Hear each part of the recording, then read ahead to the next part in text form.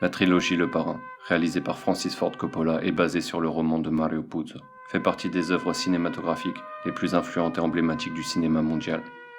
Ces films multi-récompensés se sont imposés comme des références du 7e art, surtout les 2 premiers volets de cette trilogie.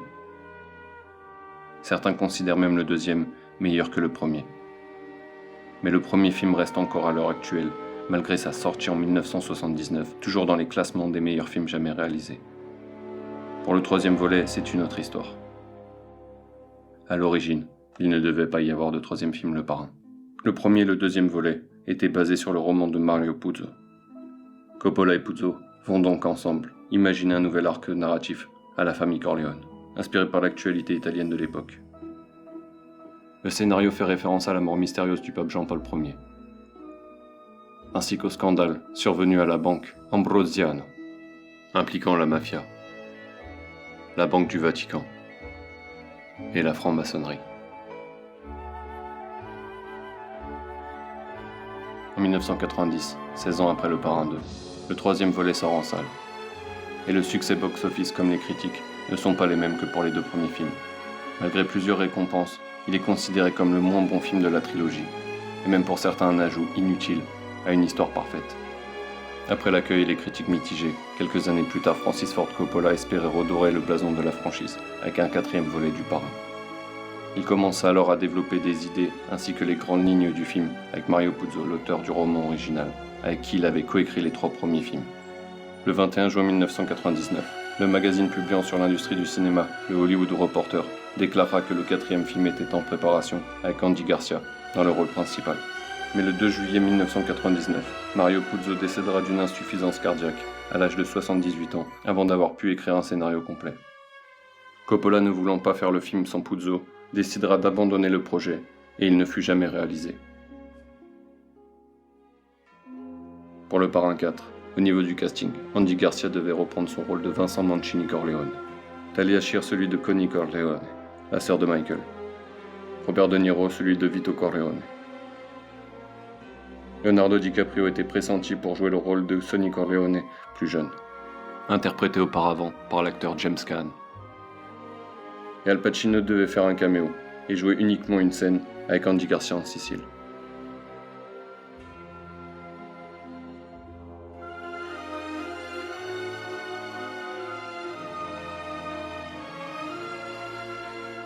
Dans Le Parrain 3, Vincent Mancini est le fils illégitime de Sonny Corleone.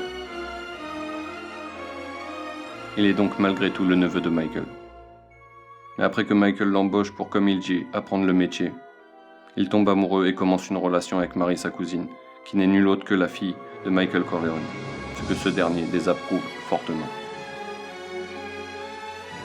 Vincent découvrira lors d'un voyage en Sicile qui tire les ficelles et qui sont les ennemis de la famille Corleone.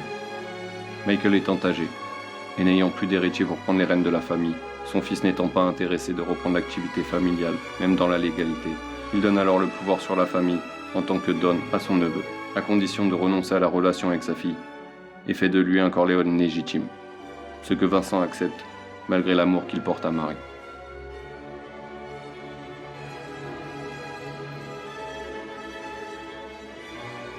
À la fin du film, alors qu'ils sont à une représentation, les Corleone font assassiner tous les ennemis de la famille. Dormez, parrain.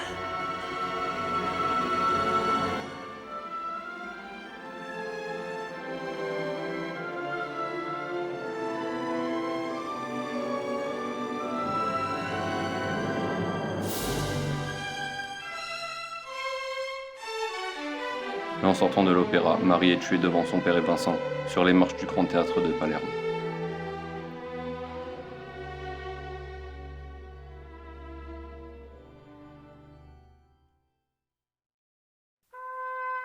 Le 4e volet devait être une suite et un préquel, raconté avec un récit similaire au Parrain 2, sur 2 époques différentes. La partie préquelle aurait montré à travers des flashbacks l'évolution et l'expansion de Vito Corleone, interprété par Robert De Niro en tant que Don dans les années 30, et de ses activités politiques et criminelles couvertes par sa compagnie d'huile d'olive, Genco, implantée au cœur de Little Italy, et qui deviendra la plus grande importatrice d'huile d'olive des États-Unis. ainsi que l'enfance de Sonny, Fredo, Michael et Connie, découvrant la vraie nature des activités de leur père. Mais cette histoire préquelle se serait focalisée surtout sur l'évolution du jeune et fougueux Santino, dit Sonny, interprété par Leonardo DiCaprio en tant que personnage principal, rejoignant l'entreprise de son père. Et de son ascension, gagnant le pouvoir et le respect, accédant ainsi au pouvoir politique comme aux activités illégales aux côtés de Vito.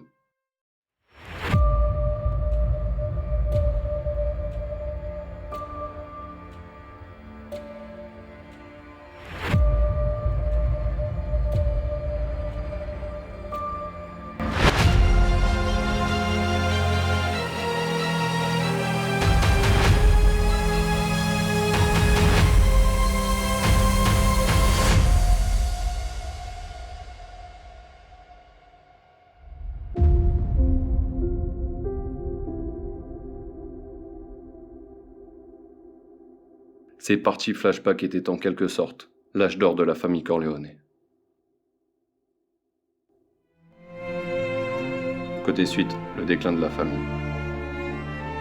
L'histoire se concentre sur le règne de Vincent Corleone, des années 80 jusqu'aux années 90, succédant Michael qui s'est retiré en Sicile et étant dévasté par la mort de sa fille.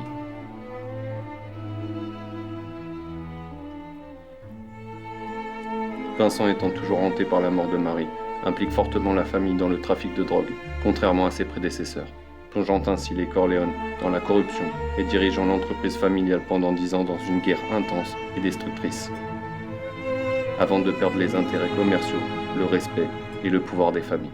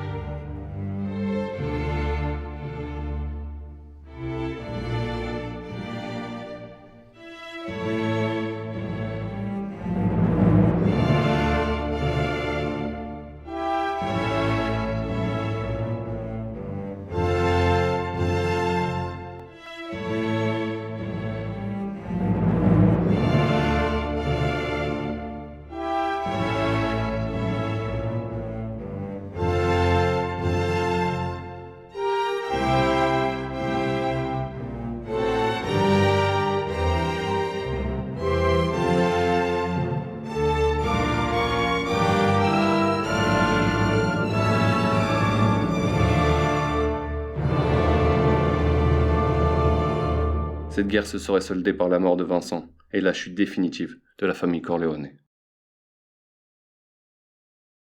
Certains éléments du scénario inachevé de Mario Puzo, représentant les flashbacks se déroulant dans les années 30 avec le jeune Sonny Corleone, seront exploités dans le roman préquel du parrain, intitulé La famille Corleone, sorti en 2012, écrit par Edward Falco, qui n'est nul autre que l'oncle de l'actrice Edie Falco, l'interprète de Carmela, la femme de Tony, dans la célèbre série Les Sopranos. Ce roman déclenche un autre procès entre les héritiers de Mario Puzo et le studio Paramount. Le studio Paramount détient les droits sur le parrain, et il trouvait que les 2 autres romans sortis après la mort de Puzo, écrits par un autre auteur, nuisaient déjà à l'image de la marque, mais un arrangement fut trouvé avec les héritiers, et le livre fut édité.